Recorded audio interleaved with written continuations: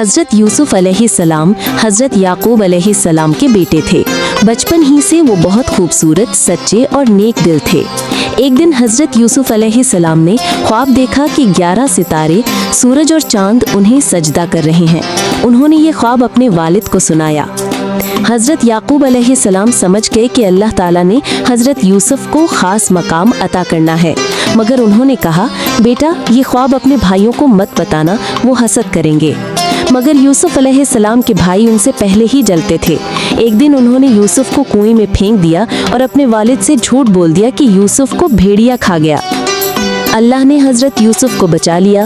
ایک قافلے والوں نے انہیں کنویں سے نکالا اور مصر لے جا کر بیچ دیا۔ وہاں کے بادشاہ نے ان کو اپنا خاص خادم بنا لیا۔ کئی سال بعد اللہ نے یوسف کو بادشاہی کا درجہ دیا۔ وہ خوابوں کی تعبیر بتاتے تھے اور انصاف سے حکومت کرتے تھے۔ آخر کار وہی بھائی جب کہف میں اناج لینے مصر آئے تو یوسف نے انہیں پہچان لیا، مگر ان پر غصہ نہیں کیا، بلکہ فرمایا، آج تم پر کوئی الزام نہیں، اللہ تمہیں معاف کرے۔ یہ قصہ ہمیں سچائی، صبر اور معاف کرنے کا درس دیتا ہے۔ اللہ نیک لوگوں کو کبھی ضائع نہیں کرتا۔